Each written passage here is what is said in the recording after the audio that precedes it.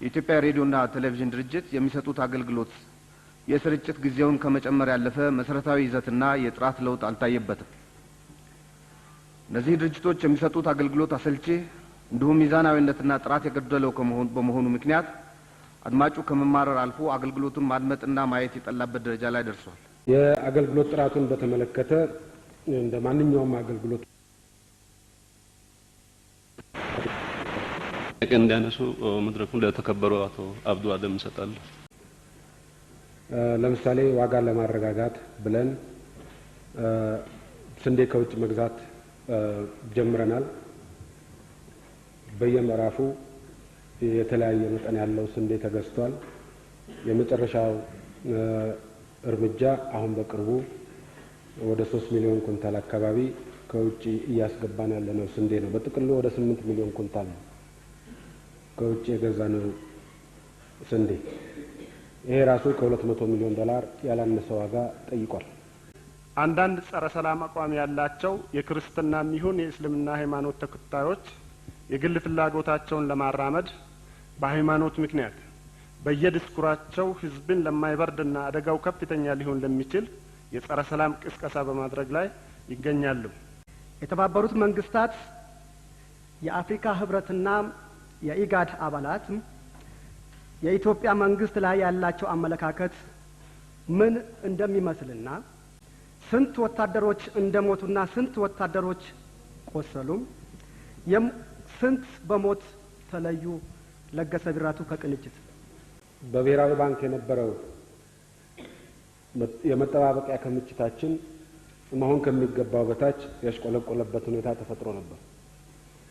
በአንድ ወቅት በብሔራዊ ባንክ የነበረን ክምችት ወደ 850 ሚሊዮን ዶላር የወረደ የብሔራዊ ባንክ ክምችቱን ለማሻሻል ቢያንስ 1.3 ቢሊዮን ዶላር መድረስ ነበረበት።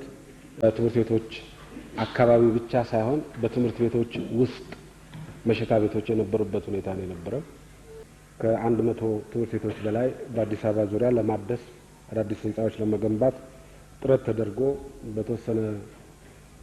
የተወሰነ ርቀት ከተሄደ በኋላ የወጣቶች ማዕከላት በከተሞች በየቀበሌው ለመገንባት እቅድ ተይዞ ስራ ተጀምሮ ነበር። የመንግስትም ሆነ የግል ባንኮች በብድር የሰጡትን ገንዘብ የማስመለስ ከፍተኛ ችግር ገጥሟቸዋል የሚል አስተያየት አለ። ክቡር ጠቅላይ ሚኒስትር፣ የሚባለው እውነት ከሆነ የችግሩ ስፋት ምን ያህል ነው?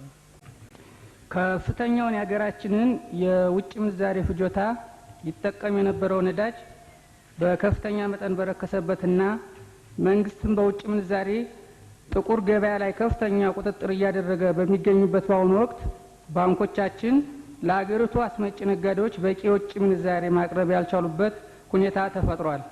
ይሄ መዋቅራዊ ችግር በመሰረቱ መፈታት ያለበት ነው። በያዝነው ዓመት የተፈጠረ አይደለም። በያዝነው ዓመት የሚፈታ አይደለም።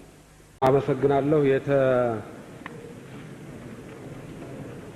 የተባለው ወሬ ትክክል አይደለም።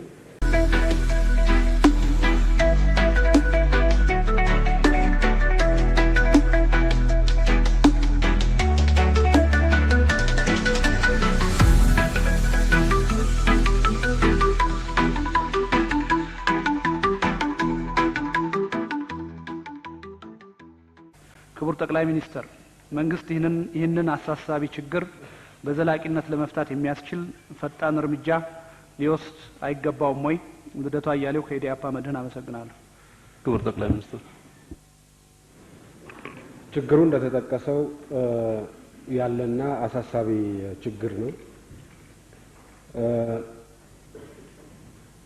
ችግሩን ለመቆጣጠር የሚያስችሉ ህጎች የመቅረጽ ጉዳይ የመፍትሄው አካል ቢሆንም የመፍትሄው ዋነኛ ወይም ብቸኛ አካል ተደርጎ መወሰድ የለበትም። በርካታ ህጎች አሉ። ገለጸው በትምህርት ቤቶች አካባቢ ብቻ ሳይሆን በትምህርት ቤቶች ውስጥ መሸታ ቤቶች የነበሩበት ሁኔታ ነው የነበረው።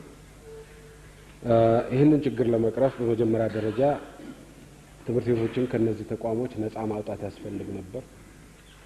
ይህን ለማድረግ ቀደም ሲል በአዲስ አበባ አዳዲስ ነባሮችን ትምህርት ቤቶች የማደስ አዳዲስ ህንጻዎች የመገንባት ስራ ለመስራትና ከዚህ ጋር ተያይዞ በትምህርት ቤት ግቢ ውስጥ ምንም አይነት ሌላ ነገር እንዳይኖር በዙሪያውም ለህፃናቱ የማያመቹ ተቋሞች እንዳይኖሩ በማሰብ ከ100 ትምህርት ቤቶች በላይ በአዲስ አበባ ዙሪያ ለማደስ አዳዲስ ህንጻዎች ለመገንባት ጥረት ተደርጎ የተወሰነ ርቀት ከተሄደ በኋላ የተለያዩ ፖለቲካዊ ለውጦች አዲስ አበባ ላይ ስለተከሰቱ በተፈለገው ፍጥነት ለመሄድ አልተቻለም ነበር። ባለፈው አመትና አንድ አመት ተኩል ከዚያ አኳያ ሻል ያለ ርቀት ለመሄድ ተችሏል። በተመሳሳይ መልኩ የወጣቶች ማዕከላት በከተሞች በየቀበሌው ለመገንባት እቅድ ተይዞ ስራ ተጀምሮ ነበር። ቀደም ሲል በገለጽኩት ምክንያት በሚፈለገው ርቀት በሚፈለገው ፍጥነት ሳይሳካ ቆይቶ ነበር። አሁን እነዚህንም በይበልጥ ለማጠናከር ስራ እየተሰራ ነው። መንግስቱ ይሰጣል። አመሰግናለሁ። የተከበሩ አፈ ጉባኤ፣ ጥያቄያችንን እንደሚከተለው በንባብ አቀርባለሁ። አብዛኛውን የሀገሪቱን አካባቢዎች መድረስ የሚችሉት የመገናኛ ብዙሃን የሚገኙት በመንግስት ቁጥጥር ስር ነው። እነዚህ የመገናኛ ብዙሃን ቁጥራቸው ያነሰ በመሆኑ አንድ ችግር መሆኑ እንደተጠበቀ ሆኖ የኢትዮጵያ ሬዲዮና ቴሌቪዥን ድርጅት የሚሰጡት አገልግሎት የስርጭት ጊዜውን ከመጨመር ያለፈ መሰረታዊ ይዘትና የጥራት ለውጥ አልታየበትም። እነዚህ ድርጅቶች የሚሰጡት አገልግሎት አሰልቺ እንዲሁም ሚዛናዊነትና ጥራት የጎደለው በመሆኑ ምክንያት አድማጩ ከመማረር አልፎ አገልግሎቱን ማድመጥና ማየት የጠላበት ደረጃ ላይ ደርሷል። ክቡር ጠቅላይ ሚኒስትር፣ መንግስት በዚህ ረገድ የሚታይበትን ድክመት አምኖ በመቀበል ችግሩን ለመፍታት በተጨባጭ መስራት አይገባም ወይ? መስፍን መንግስቱ ነኝ ከኢዳፓ። ክቡር ጠቅላይ አመሰግናለሁ።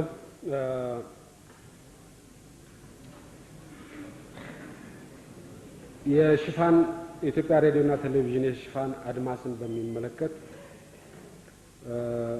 ከፍተኛ ችግር እንዳለ እንገነዘባለን።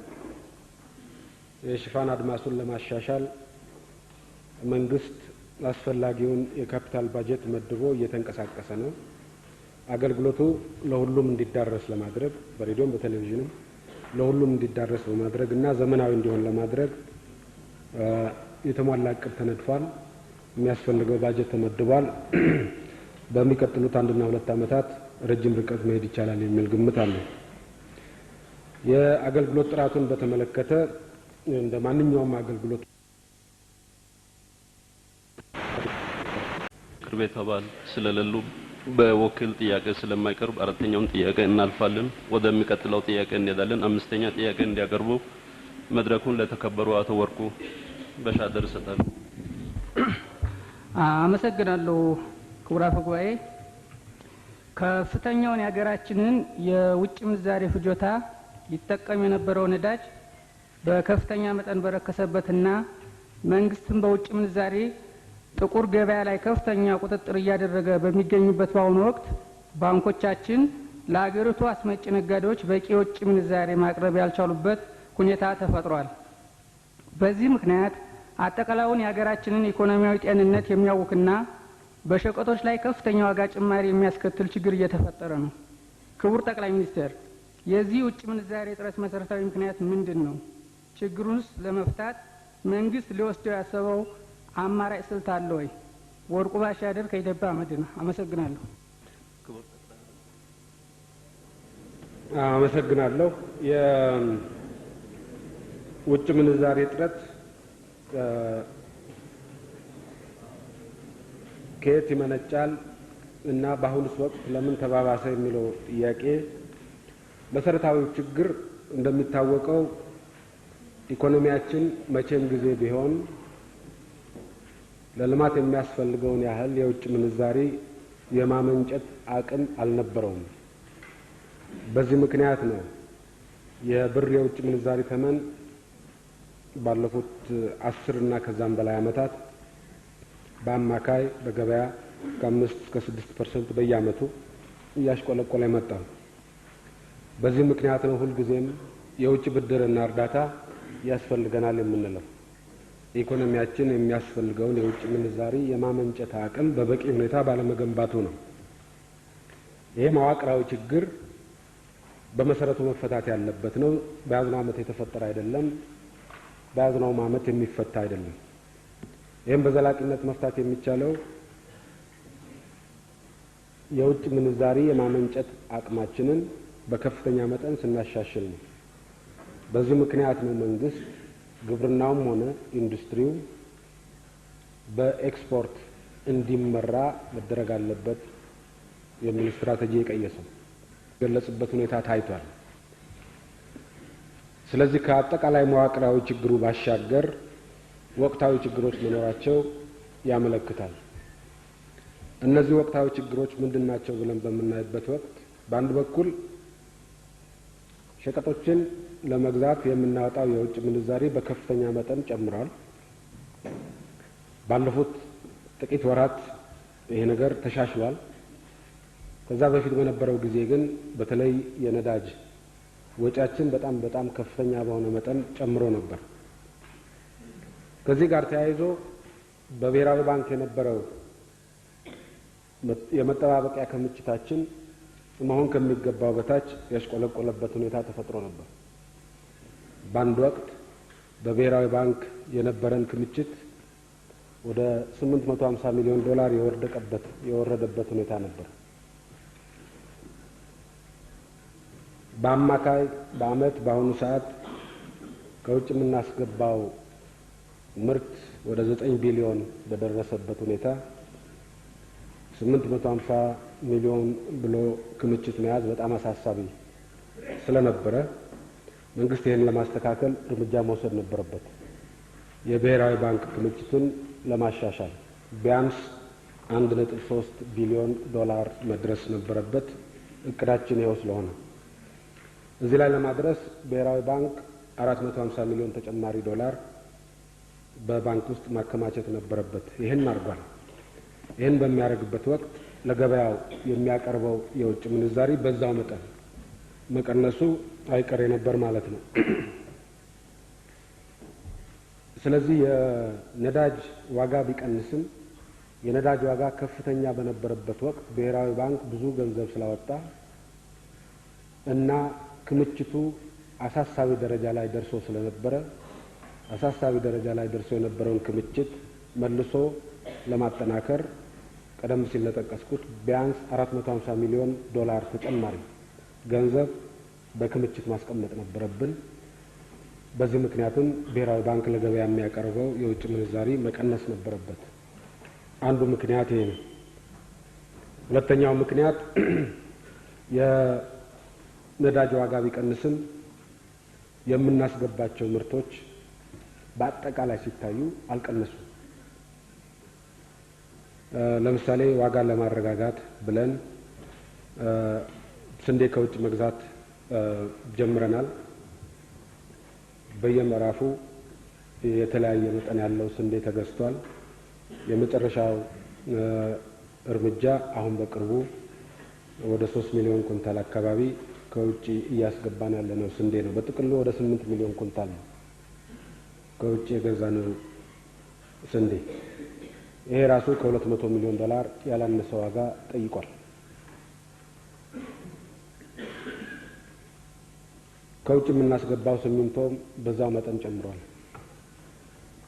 መንግስት ብቻውን ከ600 ሺህ ቶን በላይ ወይም ከ6 ሚሊዮን ኩንታል ሲሚንቶ በላይ ከውጭ እያስገባ ነው። ብረታ ብረትን በተመሳሳይ መልኩ የካፒታል እቃዎች በዛው ልክ እየጨመሩ ነው ከውጭ የምናስገባው። ቀደም ሲል እንደጠቀስኩት በያዝነው ዓመት ከውጭ የምናስገባው ምርት ወደ 9 ቢሊዮን ዶላር ይገመታል። ስለሆነም በውጭ ምንዛሪ አቅርቦታችን ላይ ከፍተኛ ተጽዕኖ አሳድሯል። ይሄ ከፍላጎት አኳያ የተከሰተው ችግር ነው። እንዲያነሱ መድረኩን ለተከበሩ አቶ አብዱ አደም እንሰጣለን። አመሰግናለሁ ክቡር አፈ ጉባኤ። ጥያቄው ለአፈ ጉባኤ ሴክሬታሪ ከቀረበ ለሁለት ወር 4 ቀን የቀረው ቢሆንም አፐርማፊ ጂኖ ከበየሙች ሚኒስቴራ ፍንፍኔት ካንገገይቴ ገምታ አፍሪካ በተለያዩ አስቸኳይ መንግስታዊ ስራዎች ጊዜ እጥረትና በምክር ቤቱ የካቲት ወር እረፍት ምክንያት ምላሹ የዘገየ ቢሆንም በዛሬው ዕለት ክቡር ጠቅላይ ሚኒስትሩ በምክር ቤቱ ለተነሱ ጥያቄዎች መልስ ለመስጠት በመካከላችን በመገኘታቸው ያለኝን አክብሮት ለመግለጽ እወዳለሁ። አገራችን ኢትዮጵያ በበጎ ገጽታዋ ከምትታወቅበትና በዓለማችን ውስጥ ለሚኖሩ በርካታ ሀገራትም ጭምር እጅግ በጣም ጥሩ ምሳሌ የምትሆንበት አንዱና ትልቁ ታሪካዊ ሴቷ ለዘመናት ያካበትነው በሃይማኖት ተቻችሎና ተከባብሮ መኖር ነው። ነገር ግን አንዳንድ ጸረ ሰላም አቋም ያላቸው የክርስትናም ይሁን የእስልምና ሃይማኖት ተከታዮች የግል ፍላጎታቸውን ለማራመድ በሃይማኖት ምክንያት በየዲስኩራቸው ህዝብን ለማይበርድና አደጋው ከፍተኛ ሊሆን ለሚችል የጸረ ሰላም ቅስቀሳ በማድረግ ላይ ይገኛሉ። እንደሚታወቀው በህገ መንግስታችን አንቀጽ 11 ከንዑስ አንቀጽ 1 እስከ 3 ባለው የመንግስትና የሃይማኖት መለያየትን በግልጽ አስቀምጧል።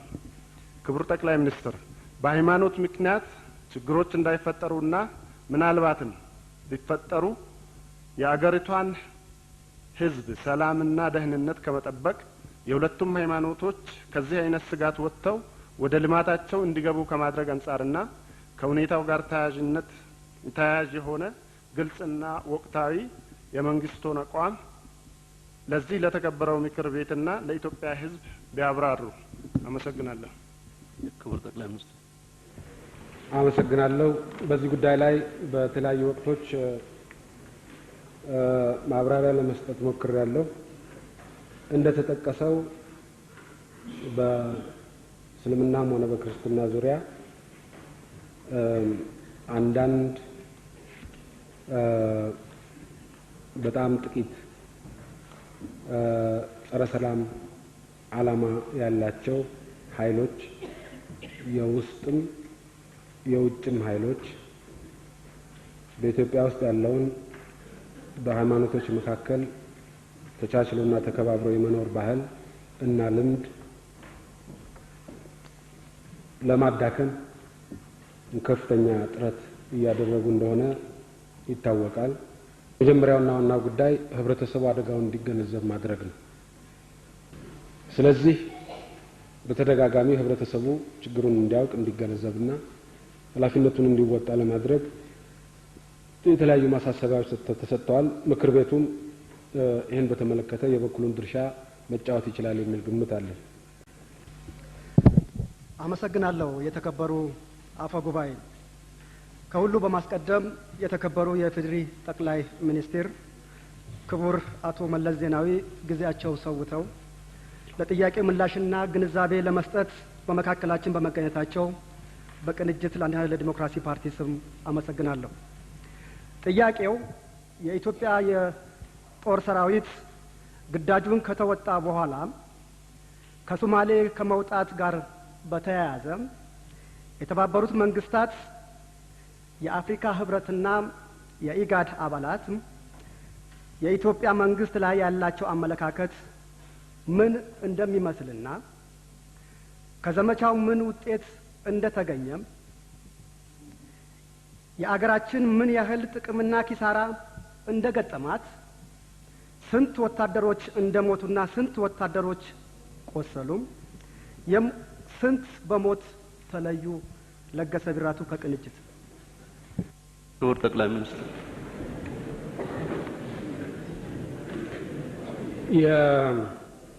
የመከላከያ ኃይላችን በሶማሊያ ያካሄደው ዘመቻን በተመለከተ እንደዚሁ በተለያዩ ወቅቶች ማብራሪያዎች ለመስጠት ተሞክሯል። ውጤቱ ምንድን ነበር የሚለው ጉዳይ ከዓላማው በመነሳት ነው መታየት ያለበት።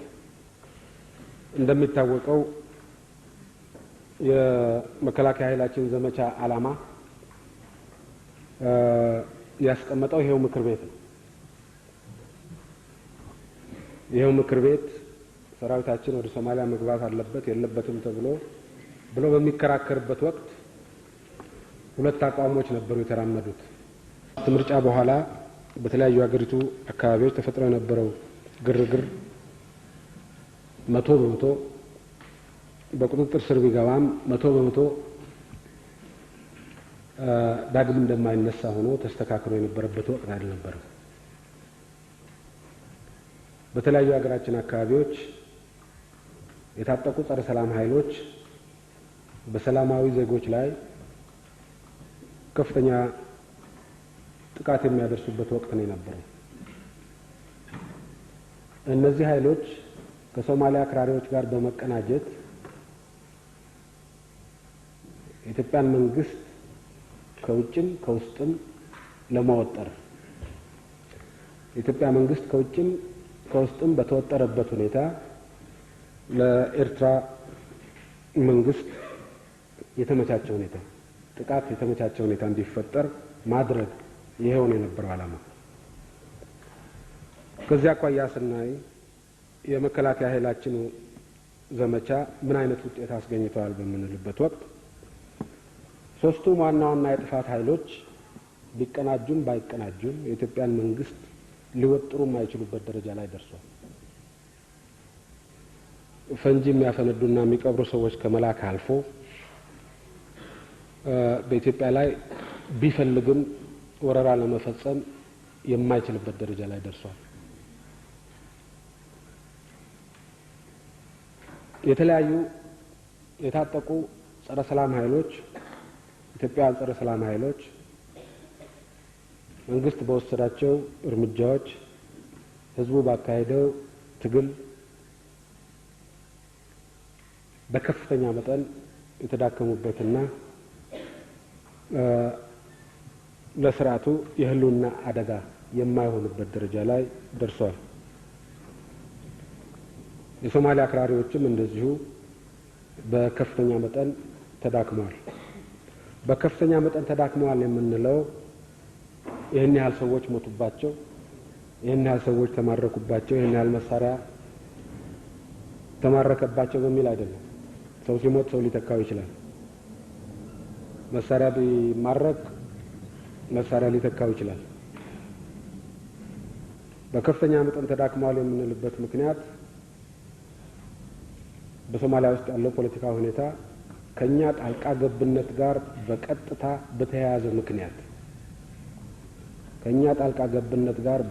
በተያያዘ ምክንያት ለአክራሪዎቹ በማይመች መልኩ ስለተቀየረ ነው።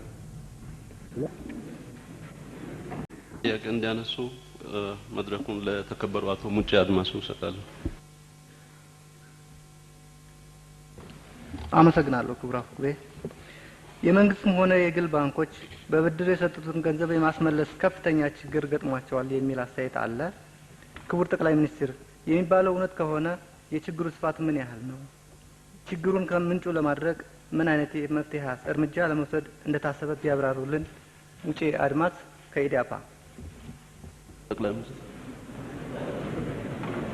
አመሰግናለሁ። የተባለው ወሬ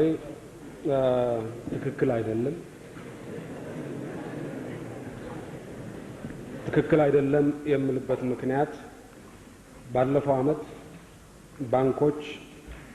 በባንኮች እጅ የነበሩት ችግር ያለባቸው ብድሮች ከጠቅላላው ባንኮች ካበደሩት ውስጥ 10.1% የሚሆኑት ብድሮች ችግር የነበረባቸው ብድሮች ናቸው። ናን ፐርፎርሚንግ ሎንስ የሚባሉት ነበሩ። በያዝነው አመት ይሄው ችግር ያለባቸው ብድሮች ቁጥር ከጠቅላላው በባንኮች ከተሰጠው ብድር ውስጥ በአማካይ 6.3 ሆኗል። ስለዚህ ከሞላ ጎደል ችግሩ በ4% ቀንሷል ማለት ይቻላል። እንደነሱ መድረኩን ለተከበሩ አቶ ደረጀ እሰጣለሁ። አመሰግናለሁ። ክቡር አፈ ጉባኤ፣ የኢፌዴሪ ጠቅላይ ሚኒስትር ክቡር አቶ መለስ ዜናዊ ላቀረብኩላቸው ጥያቄ በቃል መልስ ለመስጠት እዚህ በመገኘታቸው በራሴና በኢዲያፓ ስም አመሰግናለሁ። ጥያቄን በንባብ አሰማለሁ። የአፍሪካ የካሪቢያንና ፓሲፊክ ሀገሮች ከአውሮፓ ህብረት ጋር አዲስ የኢኮኖሚ አጋርነት ስምምነት ኢኮኖሚክ ፓርትነርሺፕ አግሪመንት ኤፓ መፈራረማቸው ይታወቃል። ከስምምነቱ ውስብስብ ኢኮኖሚያዊና ፖለቲካዊ ይዘት አኳያ የሀገራችንን ጥቅም የሚያስጠብቅ ሊሆን ይችላል ወይ? በዚህ መስክ ሙያ ያላቸው እውቀት ያላቸው እና ያልዳበሩ ሀገሮችን ጥቅም ሊያራምድ የሚችል አስተሳሰብ ያላቸው ሙያተኞች የውጭ ሙያተኞች ጋር በመመካከር ከዚያ አኳያ የታወቀ በእንግሊዝ ሀገር የሚገኝ ሳሴክስ ዩኒቨርሲቲ የሚባል ዩኒቨርሲቲ አለ። በዚያ አካባቢ የሚሰሩ ምሁራንን በማማከር ይሄ ድርድር የኢትዮጵያ ብቻ ሳይሆን የአካባቢ ሀገሮች የልማት አጀንዳ በሚያራምድ መልኩ እንዲካሄድ ምን ማድረግ ይቻላል የሚል ጥናት እንዲካሄድ ተደርጓል። እንመርቃቸው ብለን ያዘልቃቸው